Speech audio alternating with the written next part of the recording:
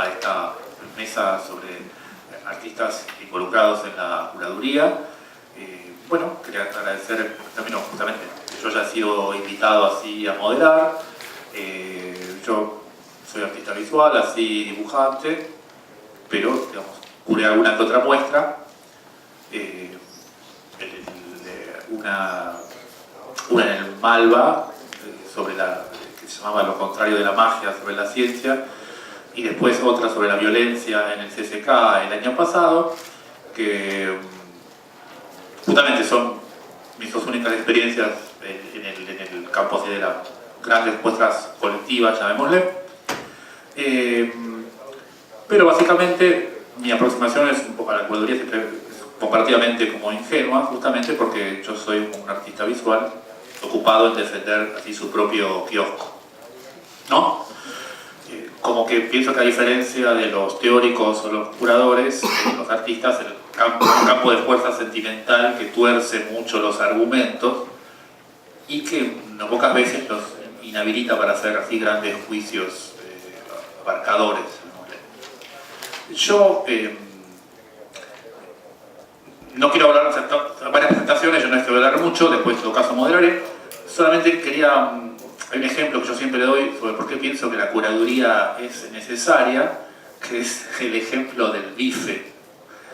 Que yo me imagino la escena que alguien va a una parrilla y está comiéndose como un bife de chorizo así muy rico y de repente aparece alguien, ¿no? Alguien que sale de la cocina y le dice: ¿y qué tal? ¿Cómo está el bife? Está muy bien, dice el cliente.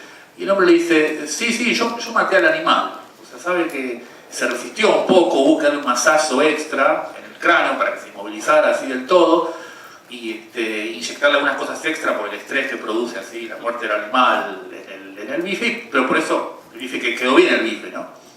Entonces yo no sé si la persona seguiría comiendo el bife después de todos esos detalles.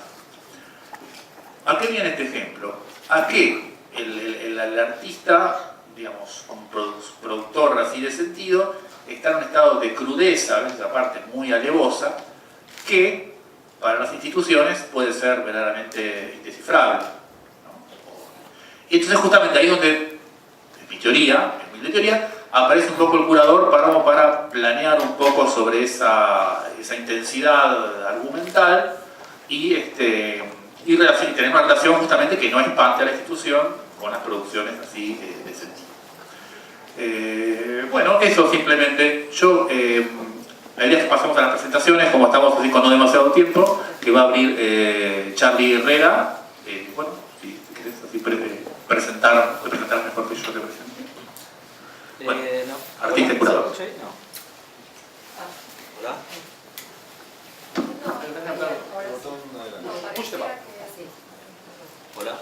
Hola. Hola. Le pasamos a Se prende y se apaga. Hola, ahí está. Bueno, mi nombre es Carlos Herrera y un poco decidí hacer una charla con una sola imagen que ahora les voy a mostrar con un video. Yo hace más o menos desde el año 2000 que trabajo involucrado en el universo del arte, no solo como artista, sino también en trabajos de gestión y curaduría. Soy rosarino, empecé mi trabajo fuerte en la ciudad y siempre ligué como mi labor como artista con lo curatorial y lo institucional como un lugar posible de trabajo. Soy un artista que se desarrolló en plena crisis del año 2000-2001 y eso creo que es hoy el capital más fuerte que tengo como postura política a la hora de trabajar, que tiene que ver con la idea de trabajar en un país que culturalmente es muy rico, pero que financieramente es muy pobre, en lo que tiene que ver con la profesionalización del arte y sobre todo la profesionalización en las instituciones y lo que tiene que ver con lo curatorial, que es un fenómeno fuerte que surge por esa época de los años 2000-2001 y que imagino que o concluyo que por esa suerte de crisis que el país lleva todo el tiempo en relación a los recursos económicos, es una labor que ha llegado a términos un poco borrosos o inestables, y que por eso los artistas estamos siempre atentos a eso que ocurre y ponemos nuestro esfuerzo, nuestra mente y nuestro cuerpo a la hora de desarrollar estos trabajos que exceden la producción artística, que creo que son muy valiosos y que creo que surgen de la crisis y que es un gran motor. En otros países del mundo ocurre, pero de otro modo. En Argentina ocurre de un modo muy especial, y generalmente uno hace todo este tipo de trabajos sin remuneración o con una remuneración baja, sobre todo en los comienzos de esta época que les cuento de los años 2000, como una apuesta que tiene que ver con los artistas desarrollando espacios para poder mostrar sus producciones en una época en la que el soporte galerístico e institucional era muy débil. Ese es un poco mi comienzo. Para mí la curaduría es una celebración de despedida. Siempre que trabajo en una curaduría siento que estoy despidiendo una energía, una situación, como si fuese casi una escena romántica de un velatorio o la despedida de un cuerpo. Me parece que uno trabaja, o concluyo que uno trabaja con un conjunto de artistas o con un artista en particular para desarrollar un proyecto que se va a exhibir, y una vez que se exhibió, esa muestra o esa producción entra en una suerte de letargo que tiene que ver con la exhibición. Muchas veces escribo en el teléfono muestra y me sale muerta, como la palabra. Y por suerte, en estos últimos años, en estos últimos 5 o 6 años, algo de eso cambió bastante, y las muestras y las exhibiciones están mucho más vivas que antes, porque siento que los artistas estamos pensándonos de otra manera en función a la producción artística, una producción que tiene más que ver con valores de intercambio, de intercambio oral y de intercambio de energías físicas y de relación, más que de producción tangible. Entonces, no sé cómo voy de tiempo, pero... ¿Trajiste un video? Sí, traje un video, pero que en realidad es un video que nos puede acompañar, simplemente. Y les voy a contar por qué lo traje. Yo soy de Rosario, como les dije, y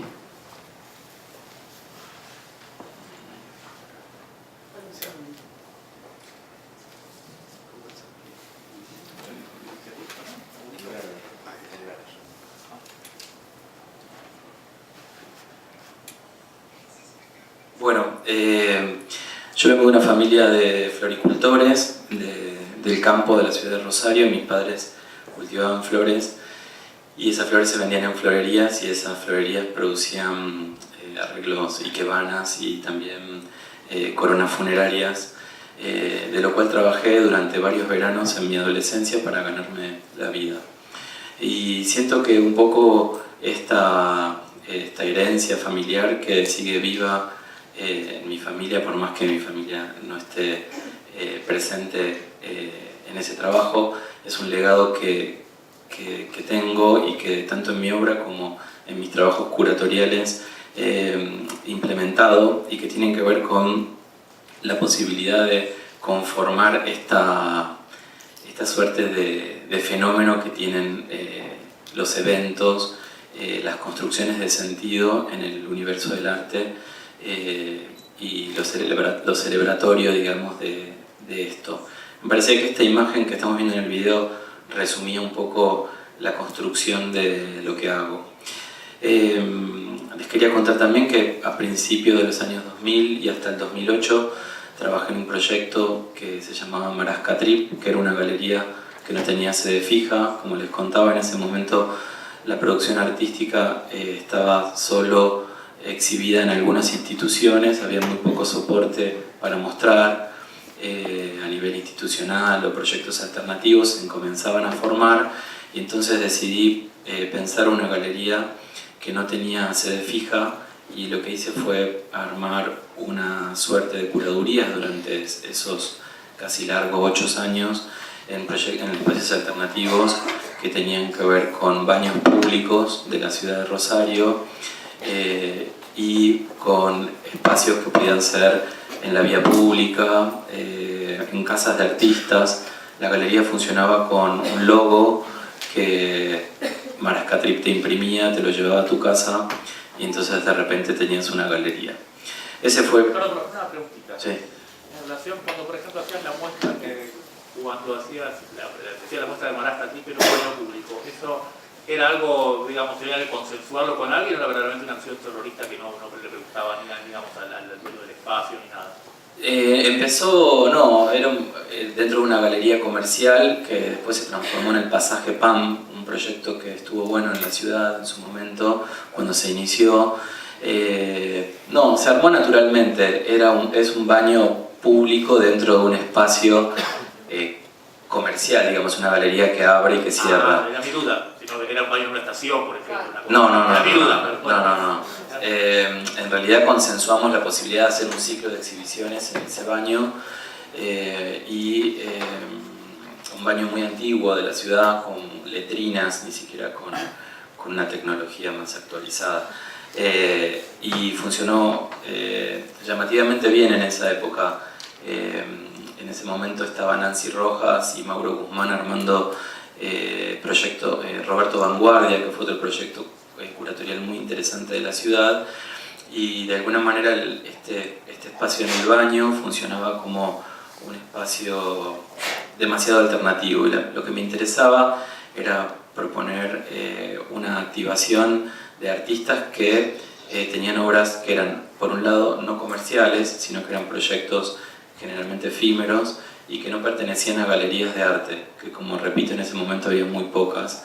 Entonces había muchos artistas necesitando de espacios, y ese fue el primer espacio que coordiné a nivel curatorial. Después la galería funcionaba en otros espacios, como les decía. En un momento nos fuimos con un artista, con Lisandro Arévalo, fuimos al Cerro Uritorco y la galería era el cerro mismo. Entonces él hizo una intervención, fuimos con unas carpas y trabajamos. Las carpas eran el depósito y la trastienda de donde él llevó sus obras y instaló, digamos, en ese cerro durante 2 años. ¿Compradores de otros planetas? Tuvimos algunas visitas, creo. Creo que eran ánimas, porque no fue nadie, obviamente, a esa inauguración. Era en el medio del cerro y fue una experiencia de las más interesantes que tuve a nivel curatorial. Esa propuesta la trabajé durante el año 2008, hasta el 2008, que me surge la posibilidad de trabajar en el Museo Castañino Macro durante un año como director interino, mientras hacía un concurso. Y entonces, en ese año, Marascatrip tuvo un par de acciones, pero fue un poco el final de ese trabajo. Yo también me estaba desarrollando mucho como artista en mi carrera y empecé a trabajar ese año para el museo, y lo que fue interesante es que como artista uno puede ser políticamente incorrecto, y ser políticamente incorrecto dentro de una institución es lo mejor que me pasó. Y si bien generé varios inconvenientes a nivel estructural en la estructura, digamos, de una institución tan fuerte como la de Castañino Macro, creo que las secuelas de esa intervención que tuve fue fundamental para la construcción de sentido de ciertos aspectos hoy del museo. En ese momento hice justicia con un artista para mí muy querido, que se llama Alberto Pedrotti, que es un artista, bueno, obviamente fallecido, que había donado todo su legado de obras al museo y que había estado durante muchos años guardado, un tanto abandonado, y con una suerte de cláusulas que la donación proponía, una donación que se hizo en pleno época de dictadura militar en Argentina, y que tenía que ver con que el artista, además de donar sus obras, había donado viviendas y 2 propiedades y algo de dinero, bueno, un poco todo su capital lo había donado a la institución, y la institución en ese momento lo había transformado en otra cosa, y ese dinero nunca había llegado al museo para generar lo que Pedrotti pedía. Entonces, ese año que tuve la oportunidad de trabajar en el museo, lo que hice fue coordinar la muestra de toda la obra que estaba archivada en el museo y que nunca había sido mostrada. ¿Un pintor? Un pintor, básicamente pintor, sí. Hay una cantidad de obras infernales de autor, y que también con el paso del tiempo Pedrotti, con una mirada más amigable que tuvo la pintura después de las producciones de los años 2000, que tenían más que ver con lo instalativo, lo político, la idea de usar basura en el mundo del arte y demás, como la manipulación de ciertos materiales. La pintura volvió a ser un lugar de reposo en la mirada, y si bien en ese 2008, que fue la muestra, todavía no se podría ver del todo bien a ese Pedrotti, hoy es un artista que tiene múltiples lecturas y que se puede ver mucho mejor. Entonces, en ese año, si bien se hicieron un montón de muestras con el equipo curatorial del museo, mi posibilidad fue la mejor que tuve fue esa, y fue una muestra que me ocupé de denunciar, digamos, públicamente en los medios para que se remueva lo que ahí había pasado. Por suerte, Beatriz Viñoli, que es una luchadora de Rosario a nivel prensa, nos dio mucha visibilidad, y a mí obviamente casi me cuesta un brazo a nivel institucional o a nivel político, porque bueno, había sido una denuncia que en algún momento se había hecho, pero que volvía a aparecer ese fantasma, el fantasma de Pedrotti. Esa fue una muestra de las que más celebro poder haber trabajado. En realidad la curaduría la hizo Albert Donoso, no me acuerdo su nombre, que es un especialista en la obra de Pedrotti, y bueno, obviamente yo acompañé tratando de gestionar para que todo ocurra.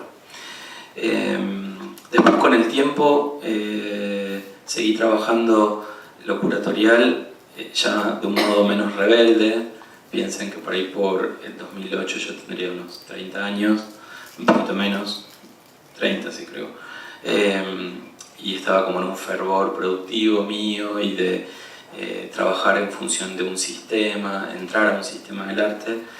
Y bueno, después me calmé un poco y empecé a trabajar situaciones curatoriales un poco más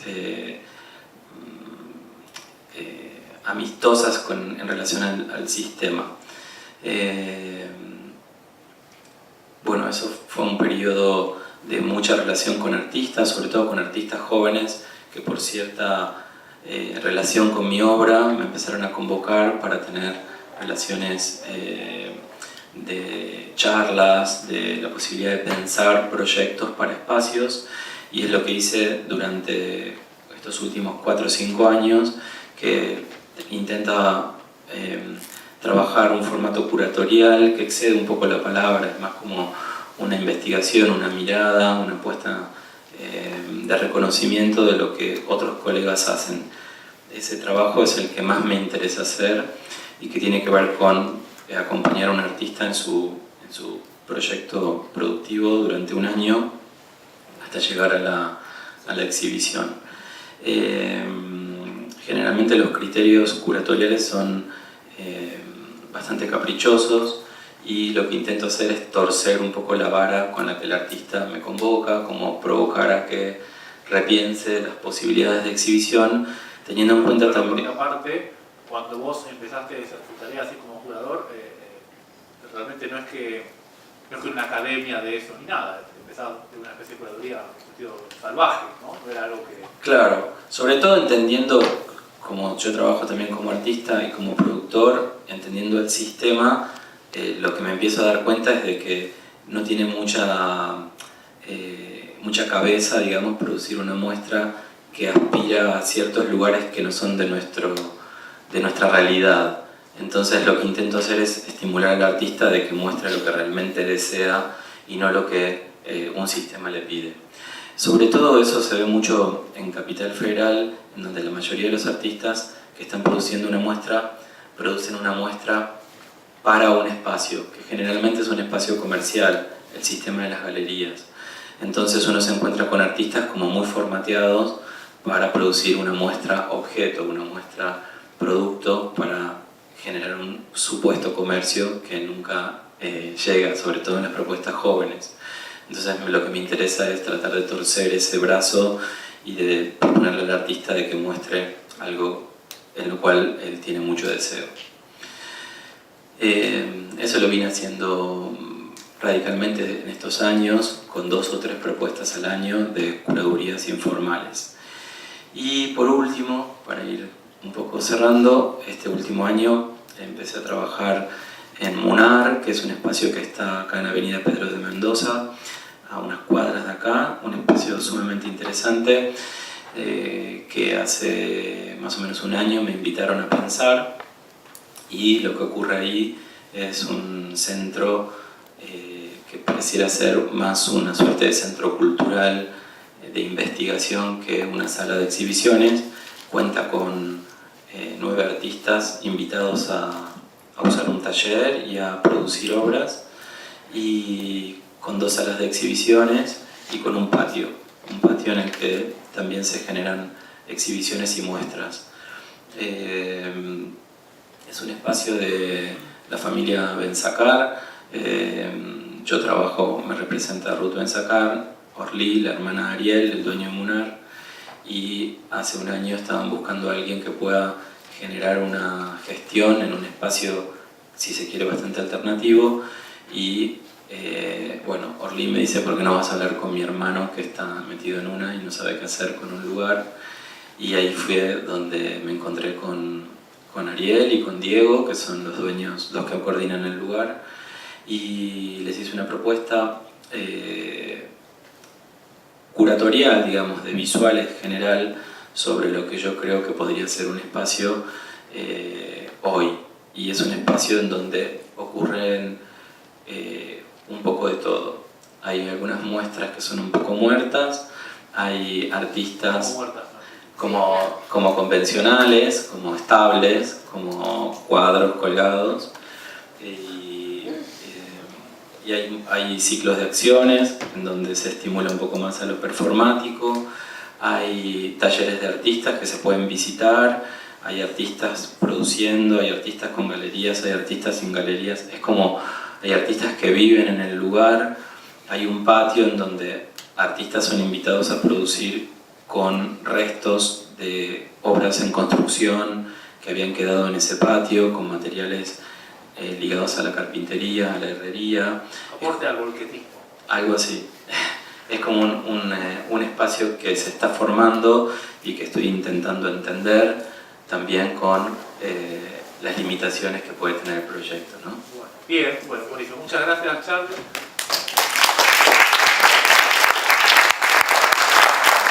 Bueno, ahora le toca a las chicas, a Paola y Cristina. ¿Crees que les saco esto? Poner por favor a la...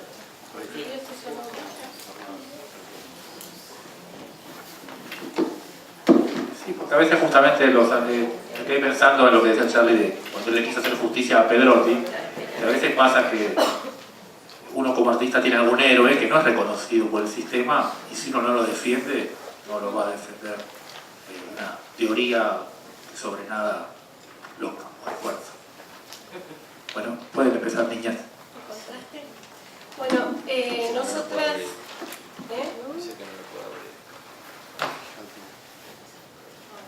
¿Dónde es esto? Sí, dice que no. Trate de abrir con VLC, si no. Abrir ¿Dónde con está VLC? botón derecho. No, ¿me ayudas? Si no, yo tengo fotos, pero... Bueno, voy por una cuestión de tiempo, me voy adelantando y bueno, yo quiero avisarles que lo nuestro es mucho más concreto. Vamos a hablar de, digamos, los problemas o los desafíos que nos produjo curar la muestra de Omar Esquiliro. Preséntense primero, para que, bueno. para que no las conozcan. Somos Paola Vega, es artista, y yo, Cristina Schiavi, también artista. Nosotras hicimos un punteo de los problemas. El primero fue decidir la institución en la que íbamos a hacer esta muestra. Aquí quiero que Paola cuente un poco cómo llegamos a pensar la muestra de Omar, porque no fue una decisión nuestra, sino que fue por pedido de un amigo.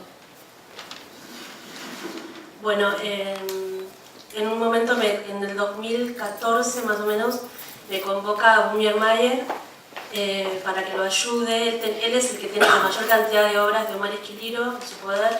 Omar Esquiliro fue un artista de los años 90, ligado al Centro Cultural Rojas, que produjo en un periodo de tiempo muy corto, en 4 años solamente, hasta el año 92, que fallece por SIDA, y que fue pareja de Gumier. Entonces, por eso él tiene la mayor cantidad de las obras de Omar, y desde ese momento, desde su fallecimiento, estaba en sus intenciones hacer una muestra retrospectiva, que intentó por varios proyectos y que no se logró hacer. Principalmente porque él como que no soportaba demasiado el proceso que llevaba a hacer eso, es muy doloroso para él. Entonces me convoca, pero para ordenar los archivos de Omar, lo que él tenía archivos, y para hacer también como un archivo, un catálogo de las obras, para saber dónde estaban y las que él tenía, en qué condiciones estaban y demás.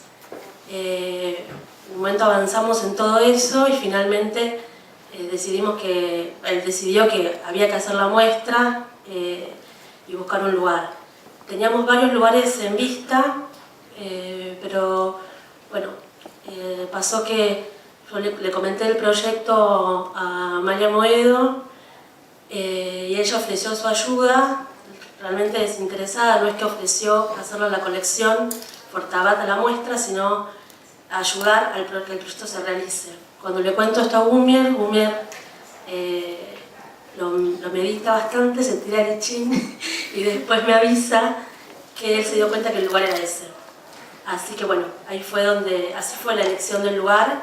Ahí empezamos como todo la presentación del proyecto y todo lo demás, y también en paralelo nos dimos cuenta que estaba bueno sumar a alguien más al equipo, y entre los dos, bueno, salió muy fácil el nombre de Cristina, que es muy amiga también de Gumier, y que nos parecía que estaba bueno que sea ella, y así fue. Bueno, y ahí fue donde empezaron todos los problemas, ¿no? Primero, ubicar las obras, primero saber cuántas obras había producido en esos pocos 4 años. Segundo, ¿Cuántas produjo? 35 obras. ¿En 4 años? Sí. El último año ya casi no produjo obras. La procedencia era de coleccionismo en particular, de instituciones y familia Gumier Mayer, que terminó siendo el más problemático. ¿La familia misma de Esquiliro no tenía nada? ¿Sí? No, porque no tuvo una buena relación con la familia lo negó por su condición sexual, y nunca más quisieron saber de él. El padre no quiso saber nada de él. Entonces, ahí empezó a revisar el estado de las obras, incluso de los coleccionistas privados, que muchas no estaban en condiciones de ser mostradas. Las de Gumier Mayer, que la mitad casi estaban inexistentes, o sea, estaban en partes. Y Hubo mucho trabajo de reconstrucción. muchísimo, sí, sí. Hubo trabajo de... Además porque no había imágenes de todas las obras, así que mucho tuvo que ver en parte con memoria de Gumier, que se acordaba y no de algunas cosas, y otra con un trabajo exhaustivo de encontrar, por ejemplo, de buscar y buscar en mi caso, y de encontrar una diapositiva que tenía unas medidas, y bueno, y así todo. Como la verdad que fue un trabajo exhaustivo y nos llevó muchísimo tiempo. Y después lo que nos pasó también es que nos costó encontrar personas que trabajen idóneamente en la reconstrucción de las obras, o no solo en el ensamblaje, sino también en la reproducción de algunas piezas que, como eran de los años 90, tanto los plásticos como los vidrios, era muy difícil muchas veces de encontrar el mismo vidrio o el mismo plástico en el mercado hoy, o en remates, o era casi imposible. Que justamente es increíble, pero el problema es que con la reconstrucción de obras modernas, por ejemplo, obras del Arte O, que estaban hechas con determinado tipo de lámpara, y después es imposible, ¿qué pasa hasta en Estados Unidos? Nos volvimos encuentran locos. la misma lámpara O sea, fuimos a un montón de lugares en San Telmo, bueno, el mercado de pulgas, etcétera, etcétera, el mercado libre, de todo. Algunas cosas encontramos y después las que no encontramos las mandamos a hacer, hacemos unas réplicas, pero no tuvimos, la verdad, la mejor suerte con personas que... Hubo alguien que hizo una réplica de vidrio y se terminó yendo con el vidrio. Era un delirio. La verdad que fue todo un delirio. Sí, desapareció y después, de casualidad, se me ocurre buscar de la desesperación, a ver si en la cristalería San Carlos de Rosario, que me pasó el dato, Claudia del Río, que está acá, escribo y me dicen, ay, ¿cómo? Hicimos copias de eso porque lo había llevado esta persona allá y nunca nos avisó, y tenía una caja llena de diferentes copias para que elijamos una. Bueno, nada, la verdad que para hacer algo aparte con todo eso. Pero bueno, pasamos por todas esas peripecias hasta que logramos hacer el traslado de las obras a la colección y trabajar ahí. Eso fue en diciembre del año pasado.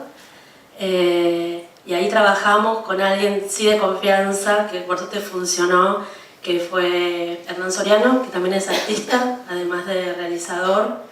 Y bueno, ahí pudimos como hacer la muestra.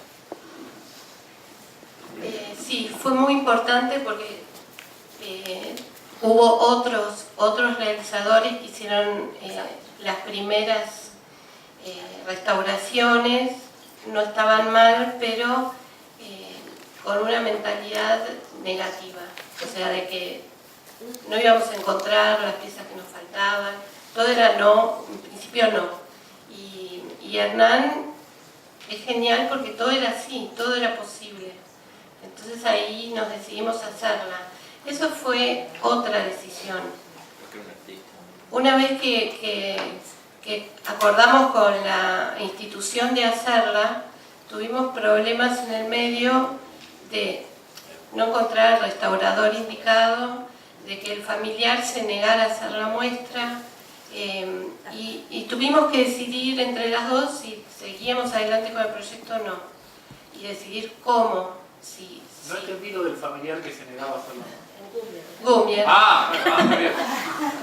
Bueno, pero les puede pasar a cualquiera. Claro. Un familiar. La familia no presentó objeciones. La familia, o sea, la muestra la podés hacer igual sin tener que consultar a la familia.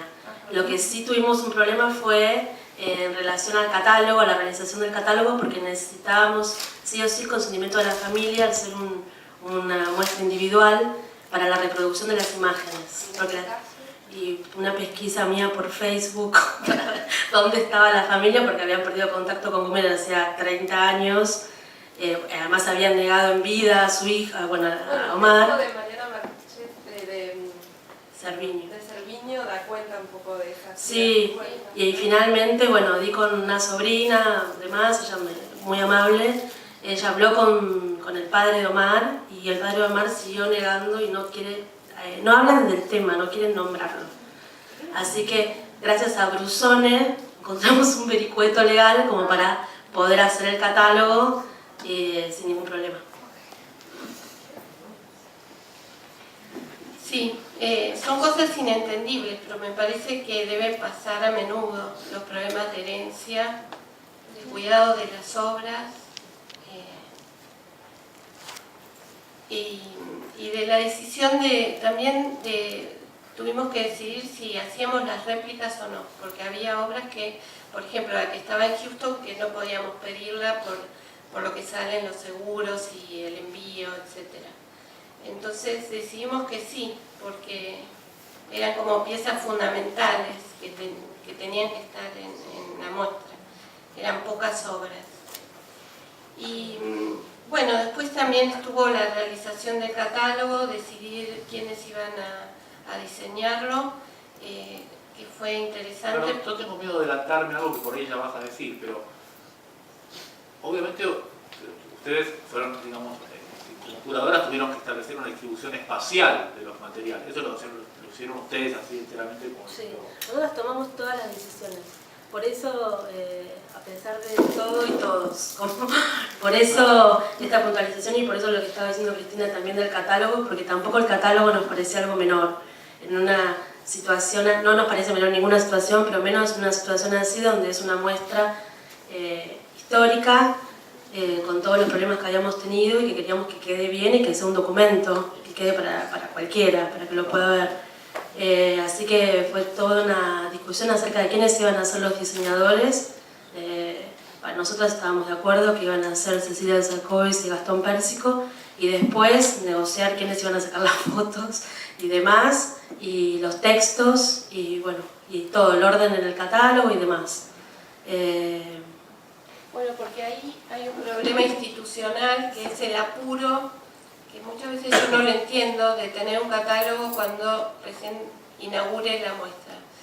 Cuando nosotros teníamos que rehacer obras, o sea, no podíamos tener las fotos antes de hacerlas, pero bueno, se corrió con el Para mí es tiempo. una información que viene un poco de la situación comercial, donde la galería quiere tener un catálogo de todo reproducido. Pero Sí, pero esto no es una galería. por eso digo, es una deformación medio comercial Sí. y primer múndica de que la galería quiere tener un cataloguito donde la gente se lo lleve a su casa, después lo mire y lo compre, que acá no suele pasar tan seguido. Fue un libro casi. Es un libro, sí, casi un pequeño libro, no es un folleto, es un catálogo.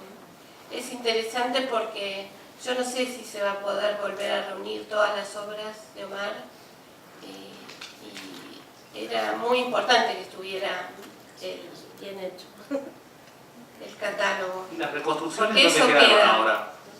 ¿Las reconstrucciones dónde Y las quedaron? reconstrucciones quedaron con Gumier, son de Gumier. Porque parte del material que tenía, un montón de material que en un principio, cuando él quiso encararlo y lo ayudaba Marcelo Pombo, que habrán visto la libretita con los dibujos desde Años 90. años 90, sí, Los dos a años, poco tiempo que a poco falleció. tiempo de que falleció. Esa libretita y hay otra en primer plano. Gumier fue acumulando, fue comprando algunas piezas que todavía tiene desparramadas por su casa.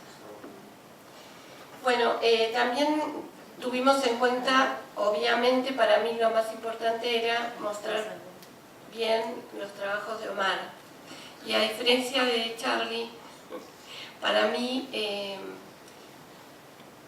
cuando uno está pensando, armando la muestra, es un anhelo, hay una adrenalina. Cuando se termina, es cuando recién uno la ve, porque yo la tomo como una gran instalación, lo tomo como mi propio trabajo, y con Paola recién empezamos a verla, nos sorprendimos nosotras mismas cuando la vimos en el espacio y la disfrutamos en ese tiempo de paz y tranquilidad, digamos, que es cuando todo el anhelo, la ansiedad, la adrenalina baja. La distribución en el espacio no correspondía a un orden cronológico, había muchas piezas que no sabíamos bien, bueno, sabíamos por la memoria de Gumier, pero no sabíamos exacto el año, no nos interesaba entonces hacer un recorrido cronológico. Sí, lo único que hay puntual que hicimos, que fue que al inicio de la muestra, hasta la primera obra que hizo Omar, que ya, es sin título, pero Gumier la llama Bienvenida Primavera y la llamamos así para identificarla porque participó de esa muestra Bienvenida Primavera. Cada una colectiva del Roja, ¿no? Sí. Entonces, pero lo demás no, hicimos un agrupamiento de piezas que se ve ahí en una plataforma, podemos decir, que nos parecía que era el mejor modo que se podía ver, que se potenciaban, y después piezas sueltas en diferentes tarimas y una sección de archivos, con lo que teníamos de fotos de Omar, un afiche de una participación que él realizó, una muestra que él realizó, fue antes de fallecer, en ese momento se llamaba ICI, lo que es hoy el CESEBA, una muestra individual de él y otra de Gumier Mayer, pero el afiche era en conjunto. Y también unas piezas de billutería, porque Omar, antes de producir, de ser artista, fue por mucho tiempo billuter y también, bueno, DJ, ¿no? Sí. Ocasionalmente. Y quisimos dar cuenta de eso, de dónde venía. Bueno, vale, alguna cosa más y no ya pasamos a... No, bueno, el espacio, como verán, es difícil y tuvimos que tener en cuenta eso. Tiene distintas alturas y un poco la decisión del color fue en relación a bajar la mirada, y la austeridad de las plataformas también era un poco contener todo ese brillo, esa voluta y contenerla. Bueno, no se me ocurre nada más ahora. Bueno, muchas gracias.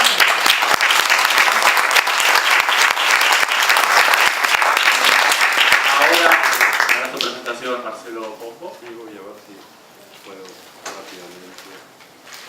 A ver si más. Ah, sí, este que está abajo. Y vamos a ver si. Bueno. Sí. ¿Y cómo tengo que hacer para que aparezca? Ahí. Dibujo, y ya está. Full screen. También es eso. Ahí, sí. Ahí. Ahí. No, lo pasa como... Y va a ir siendo Si solo. le pones pausa. Ojo, que atrás está te distinto. duplica la pantalla. Claro, pasa como la anterior. Creo que lo mejor es... Full screen. View full screen. Pero de la otra está dividida la pantalla, tienes que ver cómo resuelve. Cerrá ese. Ahí. Esto. Y lo dejo.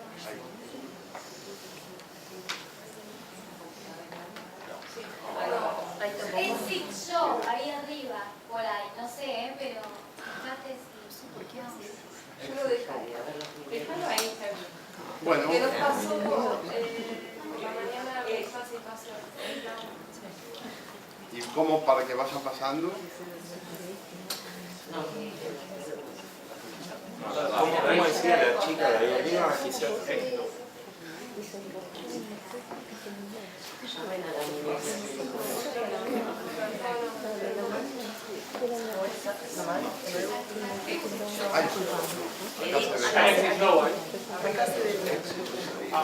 Ahí recién te digo algo que Técnica, acá no nos podrá ayudar.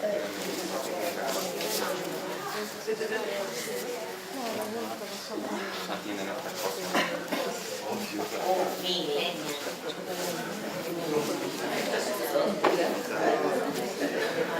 Empecé yo. El viejo.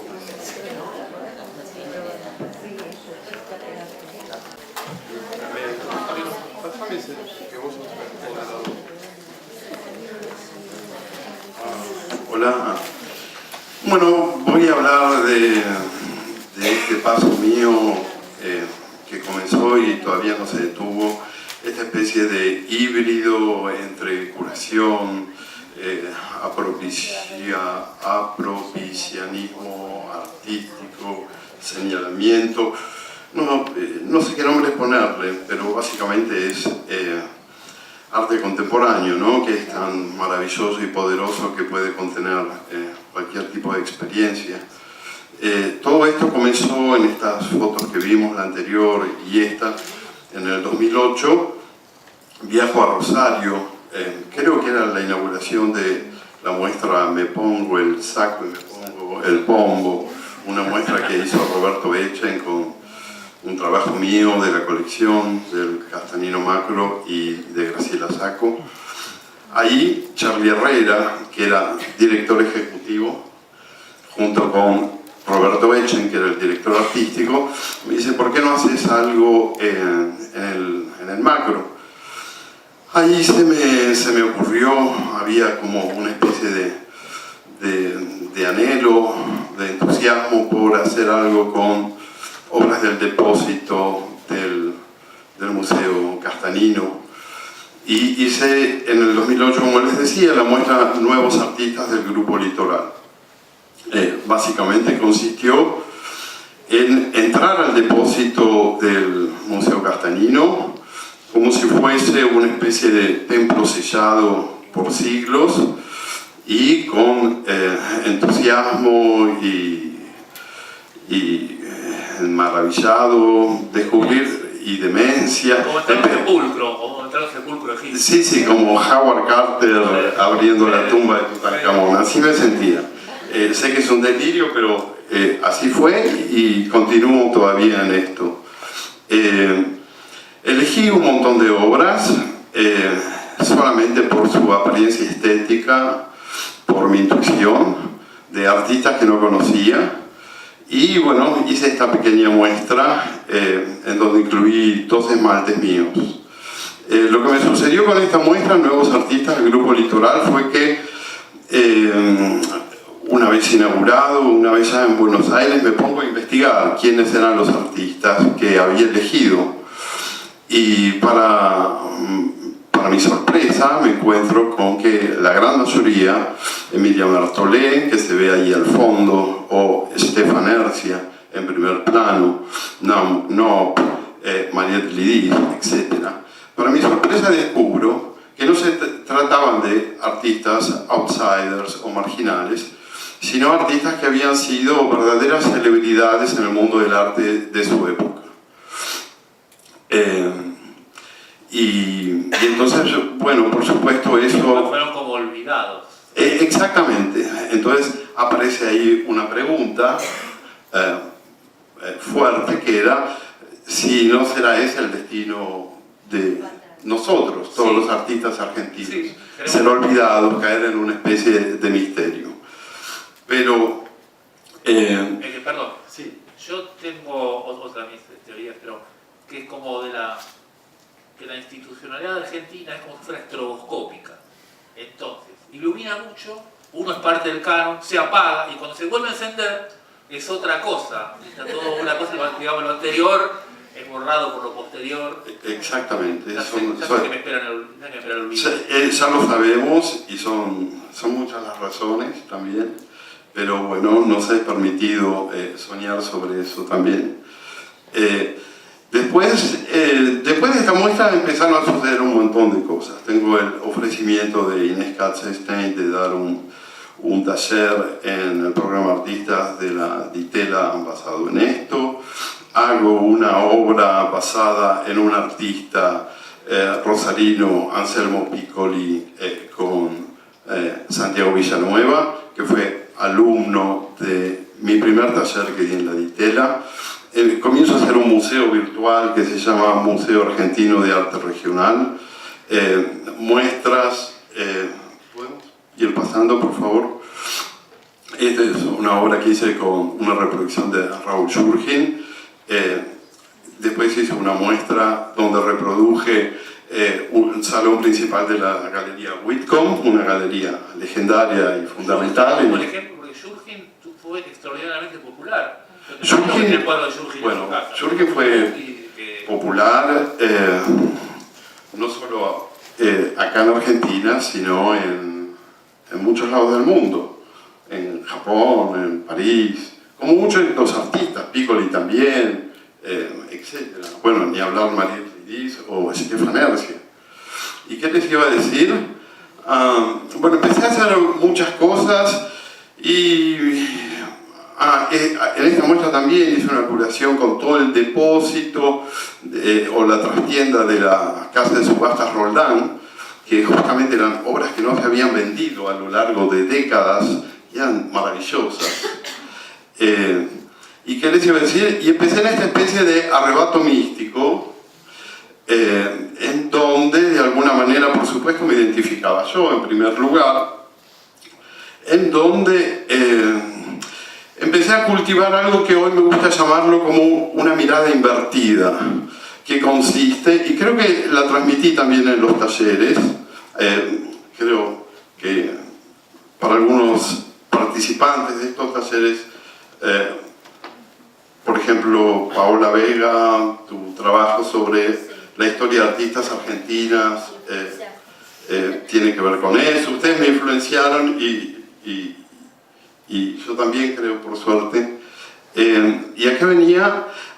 Esta especie de mirada invertida que consiste de alguna manera muy loca y que no para en preferir lo provinciano, lo oscuro, lo secundario, por sobre artistas del canon moderno o de las vanguardias históricas, ¿no?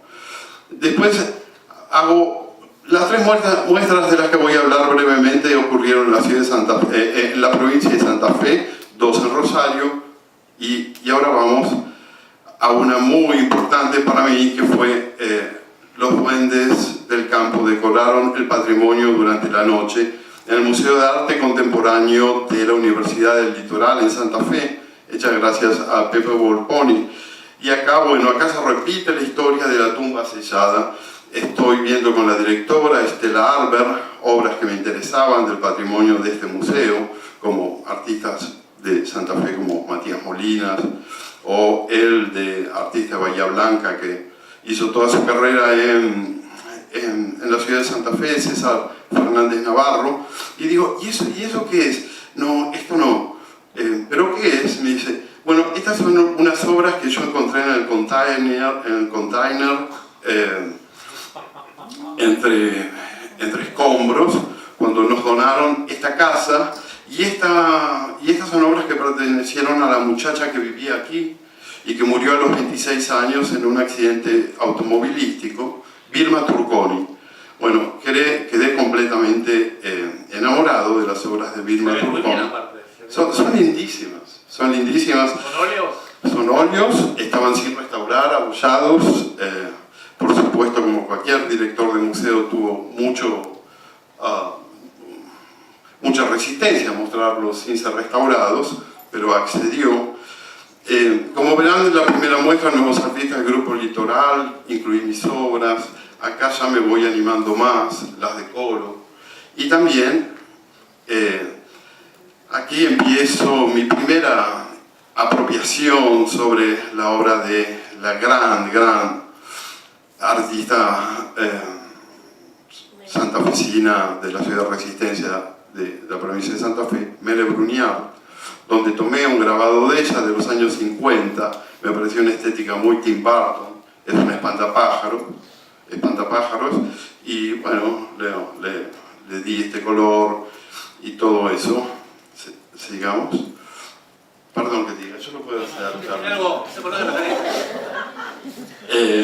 Esto es una reproducción de una obra de César Fernández Navarro.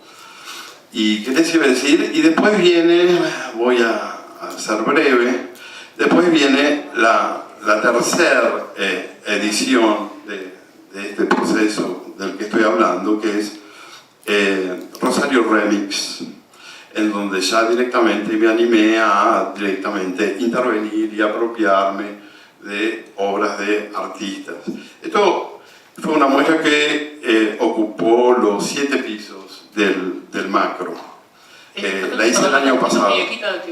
Esta muñequita es como una especie de talismán, porque es una escultura, una terracota que se llama Las Lenitas, de los años 50, de Miguel Ángel Budini, y estuvo en mi primera muestra en el Macro, en el 2008, en Nuevos Artistas del Grupo Litoral.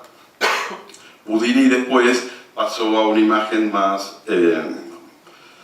modernista, para llamarla de alguna manera, no tan costumbrista. Esta muestra que hago el año pasado, Rosario Remix, trabajo con artistas reconocidas, dos artistas reconocidas. Una es quien se encuentra aquí, Claudia del Río, que su obra me parece también se caracteriza por una red de influencias, inspiraciones, apropiaciones. Hemos dialogado muchas veces y hay una mesa... ¿no? Sí, por favor, acá. Y hice una especie de mesa con reproducciones de su obra, una foto de ella, barro, oro espolvoreado. ¿Qué les iba a decir? Una cosa importante fue que empecé a trabajar digitalmente con reproducciones, entonces no estaba la cosa del original y todo eso. Y también empieza... Perdón, siendo que justamente nosotros, siendo artistas de un país periférico, nos hemos criado con las reproducciones, porque nuestros Caravaggios, es más probable que lo hemos visto en un fascículo del Grande Maestro de la Pintura que sí, en la Academia de Brera. Sí, yo estoy en un momento que amo las reproducciones y trabajar con eso y continúo con todo eso. Después invité artistas que vivían en Rosario, pero que no eran de Rosario. Una de ellas, la artista textil María Cristina Ríos Iníguez, que es de Neuquén y trabaja textiles araucanos. Y después, esta es una obra de ella. Después pasamos el gran videasta de eventos sociales y culturales de todo Rosario, Rubén Palomo Lescano. Acá, esto era el comienzo de un video de él que mostraba la vida cultural de Rosario y yo, con el permiso de él, armé como un loop donde se repetía constantemente esto, el poder comunicativo de la imagen. Y después otro artista de Entre Ríos, a quien adoro, Nelly Jiménez Bayana, que cuando fui a visitarla con la gente, con Leandro Comba, curador en jefe del Macro, estaba indignada y lo increpó diciendo: ¿por qué me invitan al Macro si nunca me abrieron las puertas del Castanino? Yo tendría que mostrar ahí. Lo que obviamente nos decidió por hacer una muestra así bien estilo modernista, como que quede feliz y de alguna manera reparar ese malestar en ella. ¿Qué más le quería decir? En este caso también quise salir un poco de artistas del pasado, integrar artistas del presente y siempre redoblando esa apuesta de, bueno, no caer en descubrir outsiders y todo eso. Se trataba de artistas, en todos los casos, que vivían muy bien haciendo lo suyo. Fuera del circuito del arte contemporáneo, por supuesto, pero dando talleres, haciendo obras en los halls de edificios públicos, departamentos, etc. Gracias. Esto es una Rosario Remix sucursal Artebán, que lo hice en Cabinet de este año. Este soy yo posando con una mesita. Y estas son algunas de las obras donde intervenía. Acá mezclaba dos grandes ilustradores, a Jacques Barnes, ilustrador rosarino, con el ilustrador uruguayo Carlos Pacheiro, que le fue muy bien, tuvo que irse de Uruguay con la dictadura militar de los 70 y desarrolló una carrera en México maravillosa. Esta es una obra de Mele Bruniar, homenaje a Gustavo Collet, el gran artista, pintor rosarino, que yo intervine con el arco iris ahí. Y el trabajo con Mele Bruniar,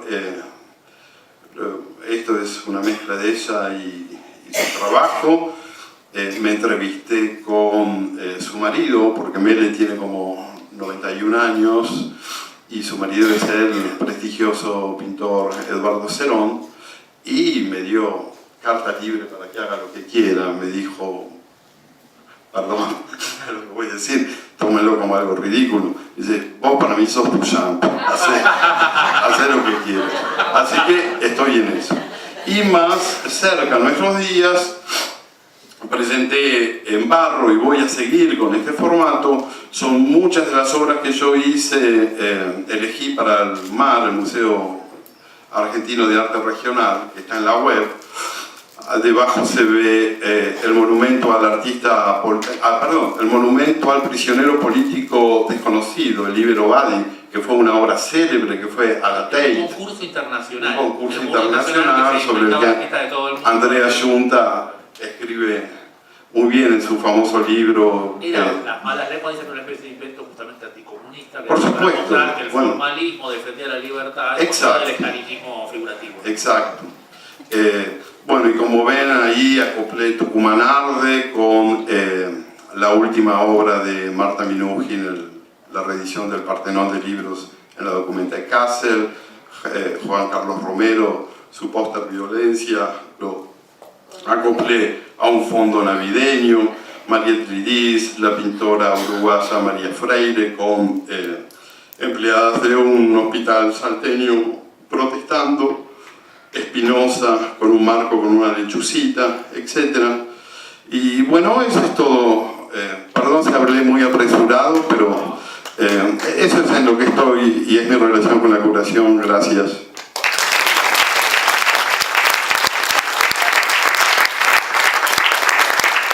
Bueno, ahora en un momento, vos decías, mostrabas en Whitco. Sí, reproduje el espacio. En Whitco era una galería precisamente de fotografía. Inicialmente fue de fotografía, pero después fue donde inauguró su serie de Juanito Laguna Berni, mostraron todos. Bueno, justamente eso me sirve de puente para nuestros últimos disertantes de hoy, que son Ariel Otier y Bruno Dubner, que ellos están en el área fotográfica, puede decirse, ¿está bien decir eso? Así que bueno, y ahora se presentarán y mostrarán que andan craneando sus cabezas. Bueno, gracias. No, estas son fotos. Ahí, espera, mira. Bueno, sí, gracias. Estamos acá, sí, no sé si es fotografía nuestro o qué, pero... Igual, perdón, una aclaración antes. Estamos invitados como calidad de curadores de la Fotogalería de San Martín. Somos 3 personas, junto a Rosana Joyget, que no pudo estar acá hoy. Sí, exactamente. Sí, básicamente venimos a hablar del proyecto de la fotogalería que empezamos, convocaron este año, para empezar con la reapertura del espacio que había estado cerrado 4 años. Nos invitaron a presentar un proyecto y nos juntamos entre los 3 y decidimos justamente esta cosa de armar una cosa extraña de 3 cabezas y armar este proyecto, ¿no? 3 personas que nos conocemos bastante, que hemos trabajado bastante juntos, pero que bueno, cada uno tiene sus ideas personales o algo así. Y nos gustó mucho esa idea, básicamente, ¿no? Porque al principio como que nos encontramos con este lugar, ¿no? Bastante mítico, icónico, para bien, para mal, para todos, ¿no? Dentro del desarrollo de la fotografía argentina, este lugar que se abrió en el 85. Creado por Sara Facio en 1985. Sara Facio, hablando de artistas curadores, que es la mesa que hoy nos convoca, es la persona que más hizo por la fotografía en la Argentina. No hay persona que haya hecho más por la fotografía que ella. Para bien, para mal, una referencia insoslayable, como Perón. Por eso, no es casual su asociación ahí. Es transformadora y en muchos aspectos polémica también, pero nadie hizo tanto por la fotografía. Creó la Fotogalería de San Martín en el año 85, creó la primera editorial de fotografía, La Azotea, creó la colección del Bellas Artes de fotografía, en una época donde no era la norma esa. También hay otra anomalía ahí, no habitual, que en la fotografía argentina, el canon, 3/4 del canon son mujeres. No existe eso en ninguna otra disciplina, ya no solo de las artes, sino de cualquier otra, gastronomía, física, Cualquier otra disciplina no pasa eso. Por canon me refiero a Greta Stern, Anne-Marie Henrich, Sara Facio, Horacio Coppola. Canon. Canon en cuanto a nombres, muestras afuera, acá. Si uno revisa los archivos, se va a encontrar con eso. Es un dato no menor. No sé muy bien qué puede significar eso, pero es insoslayable. Sí, entonces ahí es cuando en el 85 Facio, en comunión con Kio Steiff, deciden abrir este espacio ahí en ese pasillo, ¿no? Que comunicaba con el Bueno, la fotografía es un Centro pasillo. Cultural. Pasillo. Es un pasillo, básicamente, que comunicaba con el Centro Cultural. Otro pasillo. Otro pasillo más para la fotografía.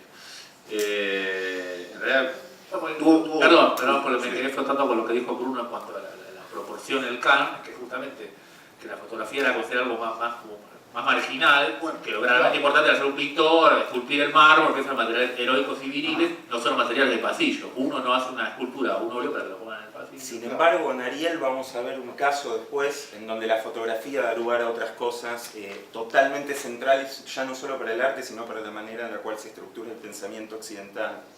Pero lo que decís, Lux, me parece importante porque pensar, digo, qué pasaba con la fotografía en el año 85, ¿no? ¿Qué lugar tenía, ¿no? Y este lugar que se decía abrir, ¿no? Con estas formas extrañas de colgarse, ¿no? En ese espacio que tiene 5 paredes de mármoles distintas, ¿no? Que es casi lo opuesto a un cubo blanco, lo más opuesto a un cubo blanco que se puede encontrar en un bar exhibitivo, ¿no? Un poco para esto que decía Bruno, ¿no?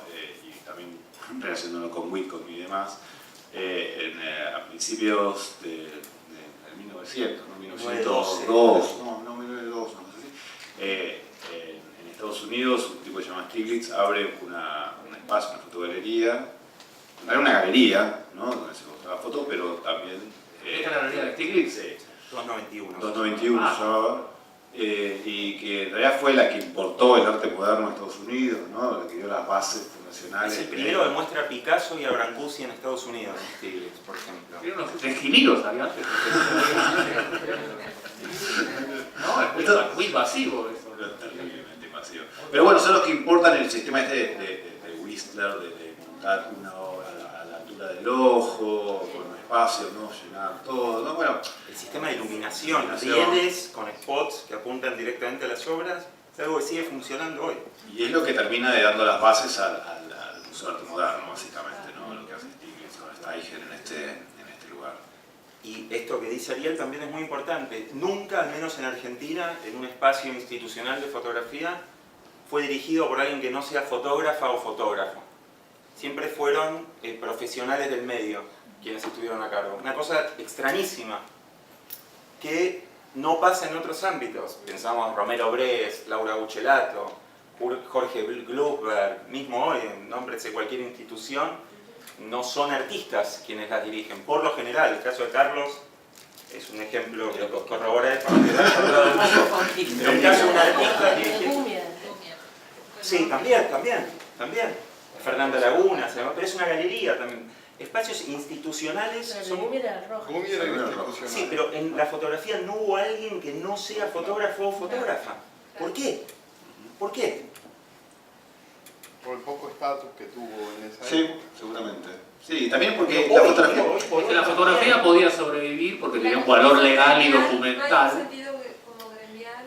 No, eso había. Digo, pero el tema con la fotografía, yo creo que y esos No hay son nada. esos son unos temas que nos planteamos en realidad para este ciclo, para este programa. En realidad, la fotografía es una especie de problema, básicamente, ¿no? Digo, no se sabe a veces qué hacer, cómo mostrarla. ¿Y por qué entonces una fotogalería hoy? ¿Cuál es el sentido? Digo, es muy distinta, radicalmente distinta a la situación del arte y de la fotografía al que era en 1985, ¿no? Digo, ¿cuál es el sentido de seguir trabajando en una fotogalería? En realidad, lo que planteamos es no un espacio de fotografía, sino un espacio donde pensar lo fotográfico, ¿no? De alguna manera, más que las fotografías en sí. Dentro de esta ubicuidad de la imagen, ¿no? Pensar como lo fotográfico, como idea, como motor dentro del mundo artístico y exhibitivo, ¿no? Y bueno, entonces un poco ahí empezamos, planteamos por lo menos en lo que fue para este año, un ciclo de 3 muestras, en la cual la primera fue Máxima Reserva, que que era una muestra que unía los trabajos de Carlos Ginzburg con Lucrecia Plath. Pensamos, como bien decía Ariel, tuvimos muy en cuenta la historia de la fotogalería, qué se mostró, qué no se había mostrado, qué se venía a mostrar, qué se podía mostrar, cómo continuar de además. Hay un archivo, hay un centro de documentación en el Teatro San Martín que registra toda la actividad teatral y todas las fotos de sala que se hicieron, todos los programas de la fotogalería que después de Sala Facio la dirigió Juan Travnik. Así que una de las aristas que pensamos muy de manera inédita, si se quiere, para ahí fue la fotografía hecha por no fotógrafos, por artistas que trabajaban con la fotografía. De ahí la inclusión de Carlos, por ejemplo, ¿no? Un artista de parodia, el turismo de masas, lo problematiza, si se quiere, en una mirada políticamente incorrecta, la de él también en ese momento, un artista normal, latinoamericano. Un conceptual que usa la fotografía de sí, que es una práctica extendida. Gluckberg trabajó mucho eso también a través del CAIC. Es una arista que no está muy explorada tampoco, la de Gluckberg en relación a la fotografía, para bien o para mal también. También es otra personalidad insoslayable. El caso de Carlos nos interesó porque un artista latinoamericano en los 70 hubiese viajado por el mundo, en este caso en Bali, señalando las condiciones de pobreza y qué mal el imperialismo, cómo viene a dominar y a subyugar a todas las individualidades, etcétera, etcétera. Y Carlos parodia un poco ese lugar del artista, se pone él como dentro del problema. Ni siquiera él hace la foto, sino que tenemos este rubio de casi 2 metros al lado, en claro contraste con los habitantes de ahí, como diciendo, claramente no pertenezco acá. Sí, como bastante explotativo en ese punto, ¿no?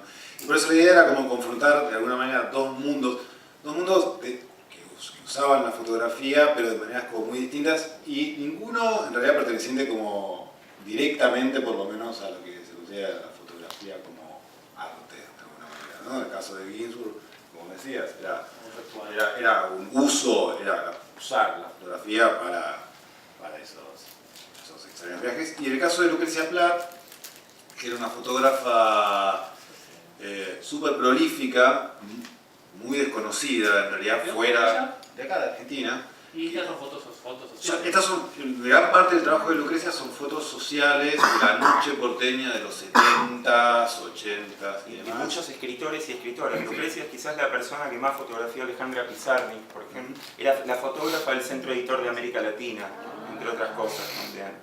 Igual el recorte que hicimos para la muestra fue con, lo de Ginzburg fue mostrar 2 viajes en particular, el de Bali y Creta. Destino turístico por excelencia. Sí, bueno, claro. En el fines de los 70. Claro. En realidad la gran mayoría de las obras que pasaban en esta muestra eran básicamente en un periodo de 2 años, transcurrían entre el 78 y el 80.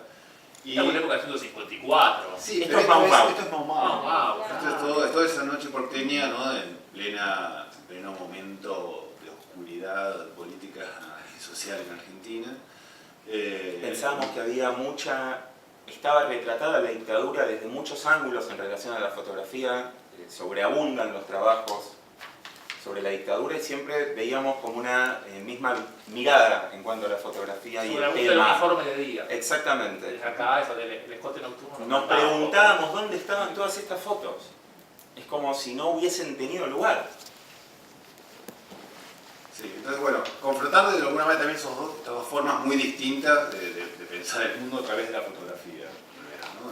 Perdón que te lo una vez más. ¿Esas fotos dónde salían? ¿Salían a un lado o es un archivo secreto? Es el archivo de Lucrecia Plath. Lucrecia está viva, tiene 75 años. Yo nunca vi nada parecido. No, total. Sí. Por ejemplo, la trabajaba para la página de La Mujer en Clarín y trabajaba para Sociales en Nación, para Moda en La Nación también. ¿Había hecho alguna muestra antes? No. Había hecho una muestra en el 67 en una galería que se llamaba Laberinto. Había hecho una muestra en la librería de mujeres sobre Alejandra Pizarnik también.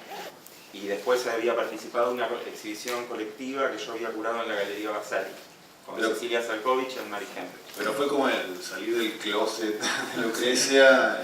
¿Pero ustedes sabían lo que iban a buscar? ¿O Sí, nos conocemos bastante la obra de Lucrecia y igual estuvimos revisando mucho el archivo de ella, lo tiene bastante bien ordenado, igual entre todo, pero negativos, obviamente. Y nada, ahí se contacta un poco con lo que comentaba Marcelo, ¿no? El placer del material de otro artista. El placer de eso, de esa sensación de mirá estos negativos. Hablábamos entre los tres, les tres, y nos mirábamos, pensábamos, mirá esto, no se puede creer, es un placer inmenso. No lo equiparo a generar una obra, no sé si, pero hay algo de la apuesta en decir es esto, que se toca o se roza, si se quiere. Yo creo que es equiparable.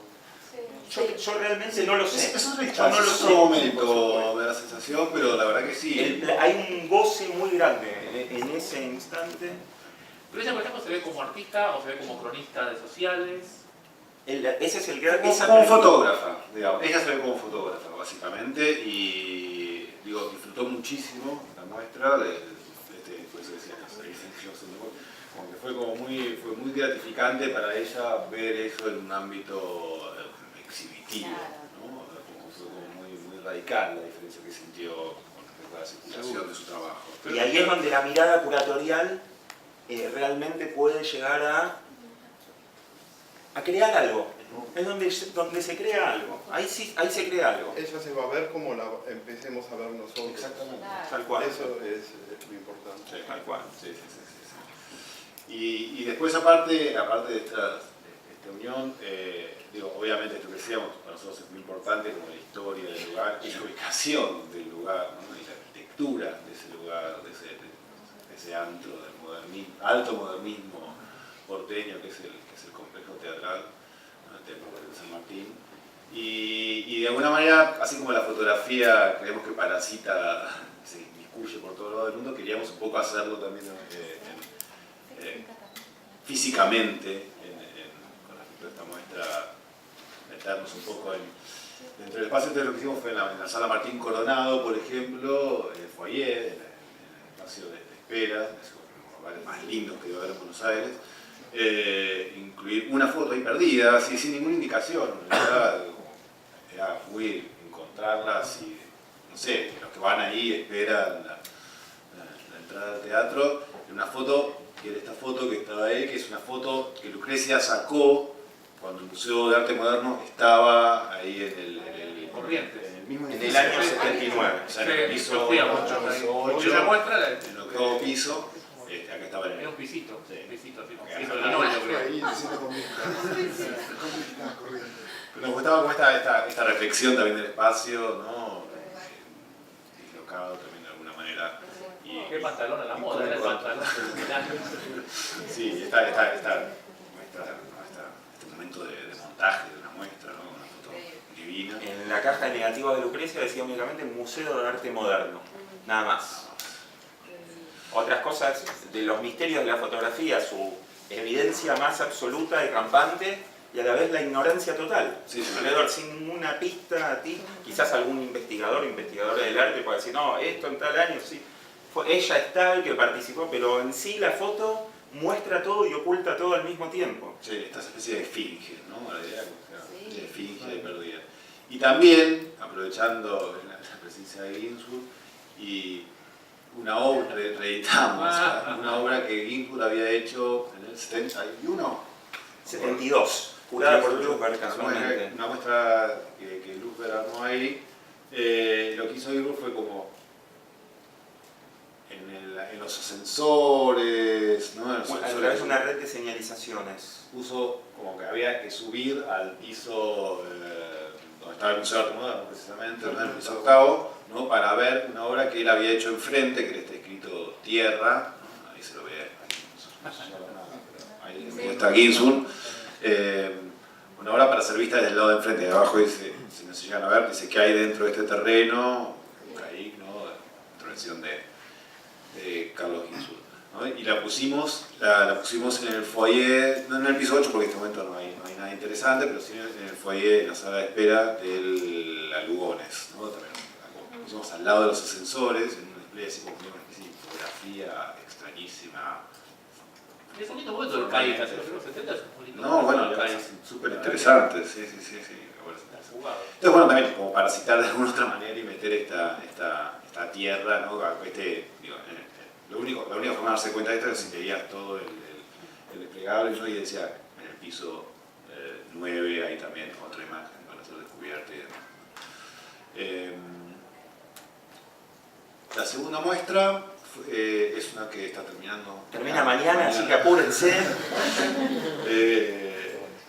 Decidimos hacer como una aproximación así radicalmente distinta, en realidad, como otra faceta, digamos, como más, en principio, por lo menos formalmente más tradicional, ¿no? Si se quiere pensar, la puesta en escena, por lo menos, y una cosa más de ensayo autoral, fotográfico, que fue una muestra de Gustavo Di Mario, se llama El Segundo Sin Sombra, que son una serie de retratos y situaciones que Di Mario viene haciendo hace varios años. Un ensayo que Di Mario viene haciendo hace varios años sobre gauchos y peña. La vida rural. Sí, es rural, pero él trabaja mucho en moda, con no modelos. Mezcla, por ejemplo, lleva el mundo de la moda a la gauchesca y, si se quiere, trabaja con no modelos en el mundo de la moda. Como que produce una vuelta.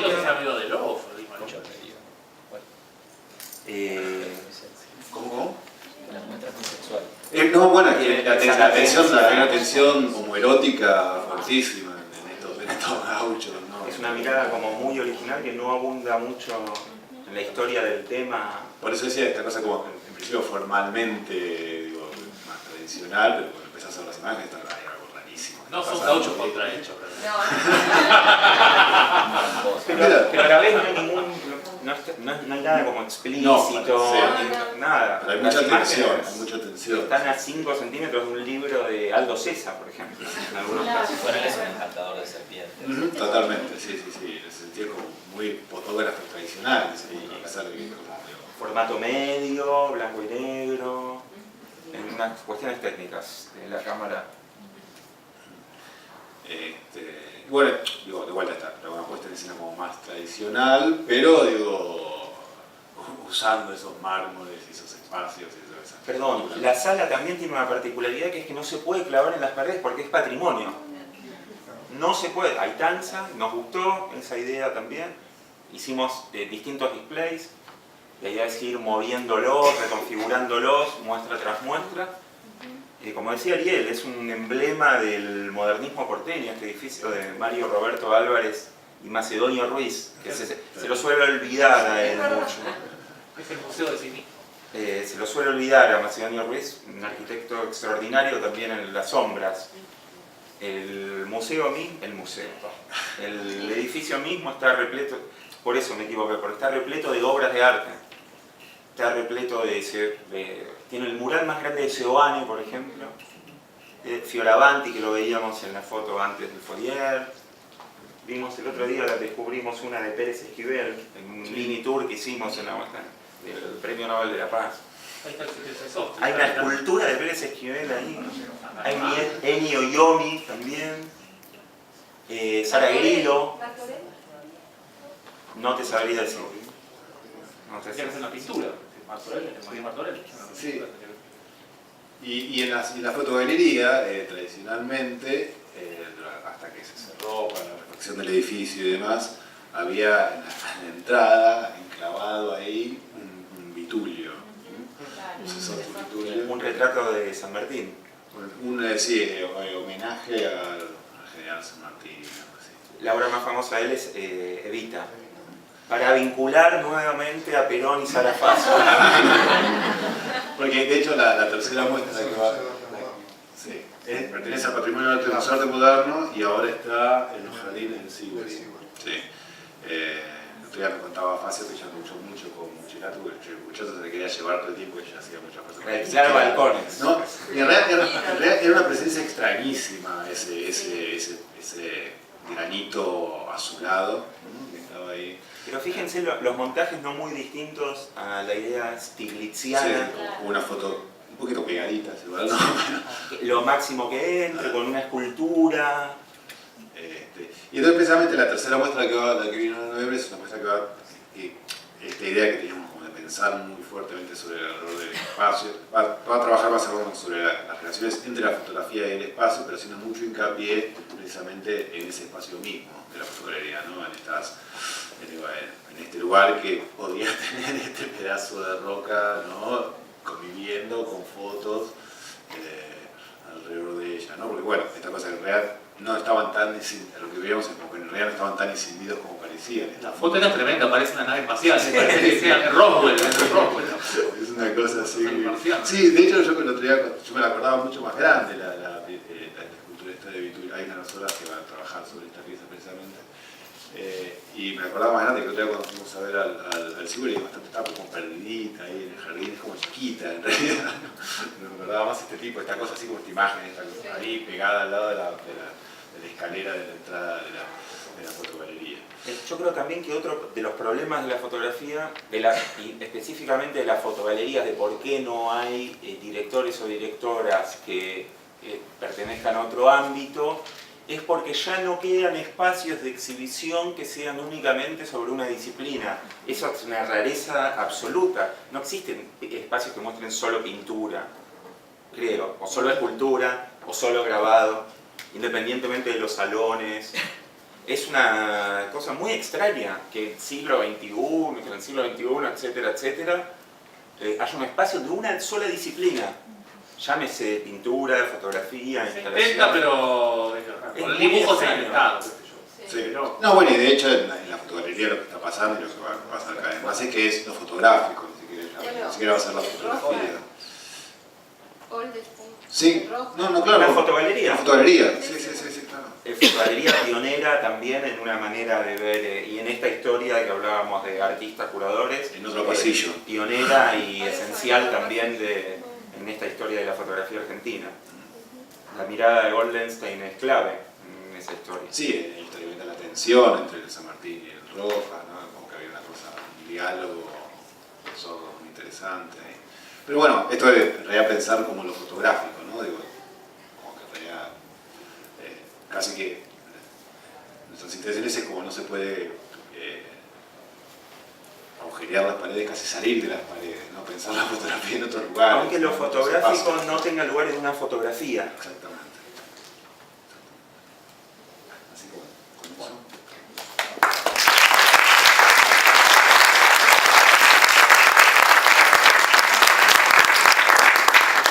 Bueno, no sé cuánto tiempo tenemos, pero supongo que es el momento de las preguntas, ¿no? Sí, por fin.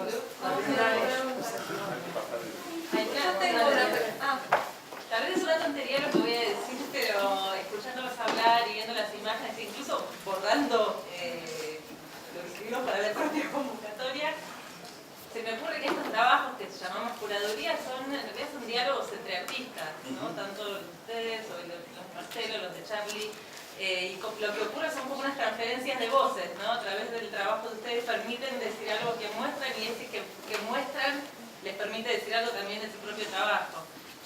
Más allá de que creo que entre curadores y artistas, cuando uno hace ese trabajo de selección y de poner en exhibición, se comparte como una pasión y en eso. Hay algo muy particular que me da la impresión que es eso, que es un diálogo entre artistas que es bastante único, que es muy único, ¿no? Hay como una conversación ahí latiendo y muy rica en ambos sentidos. Sí, bueno, de hecho en realidad creo que una de las razones por las cuales luchamos mucho porque seamos tres nosotros, por ejemplo. Porque era como lo más interesante, que a mí por lo menos no me interesaba, era esta cosa, discutir entre nosotros. Tener que discutir formalmente entre nosotros. No, pero incluso ustedes... No, y después, no, obvio, sí, claro, después viene... Exactamente. Estando o no el artista, o vivo, o presente, o participando de esta exhibición, sí. y se hace como muy patente. Sí, esas malas interpretaciones, ¿no? Porque aparte, de alguna manera también poner a Lucrecia en la pared es una mala interpretación. No era el lugar destinado para esas imágenes cuando fueron hechas. Sí, era para medios gráficos. Sí, era para otra situación, eran documentaciones sociales, digamos. Yo voy a hacer una breve simplemente observación, es que justamente las veces que yo tengo que hacer una curación, yo en cambio deliberadamente, justamente tuve la suerte de que en general no es que me tuve que postular cosas que me impusieran nombre y nada, sino me dijeron, bueno, haga esta muestra con esta gente, con la gente que usted quiera. Entonces justamente, deliberadamente busqué lo que yo no pudiera hacer, por un tema ideológico o tecnológico o lo que fuera. Busqué deliberadamente justamente que no llegaron a esa evité más el diálogo conmigo, sino justamente traté de desaparecer para crear, diciendo, ¿no?, que cada artista es una palabra y vamos a tratar de crear una oración con esas palabras, pero evitando que mi actividad como artista fuera una de esas palabras. Yo un poco, a raíz de lo que comentó Ale y también como repensando esas líneas que escribimos y poniéndome así un poquito más histórica, pensaba como en los 90s, esa formulación de la curaduría doméstica, después un poco esa escena que describió Charlie, más hacia el 2000, ¿no?, como una práctica más salvaje, de hip hop informal o intuitiva incluso, y después claramente hacia el 2008 aparece como una formalización, ¿no?, como una especie de, no sé, domesticación o una práctica, sí, como ligada al discurso de la profesionalización, donde hay sí esas intermediaciones que naturalmente como iban asumiendo los artistas, que venían asumiendo los artistas, quedan como de la mano de los profesionales. Y en una de las preguntas decíamos, bueno, nos cuestionábamos qué tipo de agente es este como artista que va y viene con la curaduría.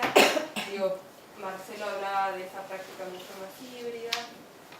Y si ustedes detectan algo que es una especie de hipótesis que pensamos, de si hay una especie de nueva, digo, no sé, con todas las palabras feas que se puedan usar, ¿no?, de oleada o de recuperación o de toma de mando nuevamente de los artistas ligados a la gestión y las instancias de exhibición de su propio trabajo, del de sus colegas, justamente como para recuperar esas instancias más de diálogo que yo con mucha complejidad entiendo que hay un lugar en donde a nosotros nos encantaría, pero yo creo que no llegamos, digo, nosotros los que no somos artistas. Y esto como una nota muy personal, cuando vi Rosario Remix y vi todas esas mesitas vestidas y yo decía, bueno, esos gestos, o cuando veía los espejos de Esquiliro, yo hasta ahí no llego y pensaba, bueno, Charlie como director, ¿no?, y sabiendo las licencias que tenía en tanto artista, ¿no?, para pensar esos roles institucionales. Bueno, nada, una pregunta, comentario. Yo creo que es más como un turno de los investigadores de arte, de los historiadores de arte, el que debería estar ocurriendo o el que se viene. Es un poco el análisis de estos hechos, más que de los roles curatoriales, ya sean de artistas como de curadores, o artistas curadores o curadores. Creo que el rol más importante para mí, o que el que me gustaría empezar a sentir, es el de los historiadores y los investigadores, en función de lo hecho, de toda esta informalidad que tal vez ya con más de 10 años de ocurrido se pueda como visualizar.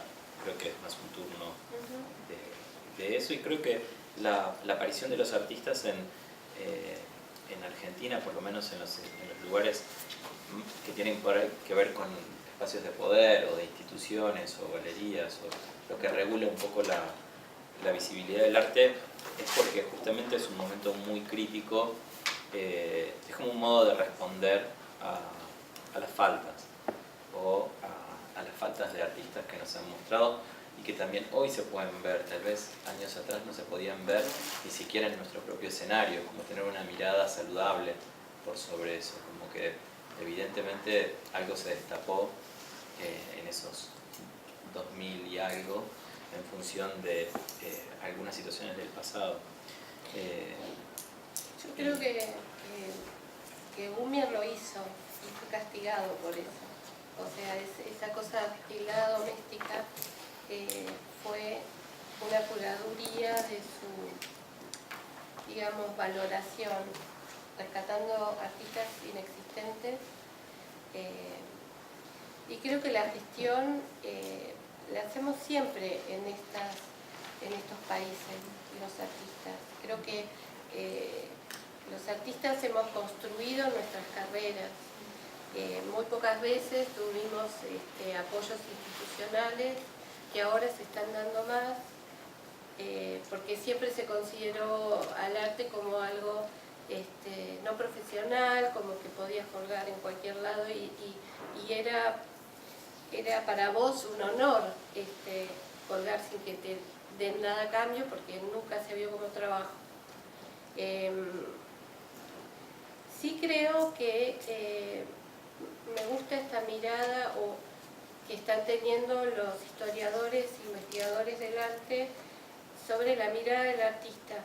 Y me parece que la muestra que se hizo en Clem, hecha por Baeza y Chirotarrap, tiene una mirada muy cercana a la curaduría hecha por un artista, porque más allá de la investigación y del guión curatorial, hay una mirada profunda no solo sobre las obras que están mostrando, o sea, dejarse llevar por ese mundo, por esa seducción, sino por aquel que las coleccionó, que fue Clem.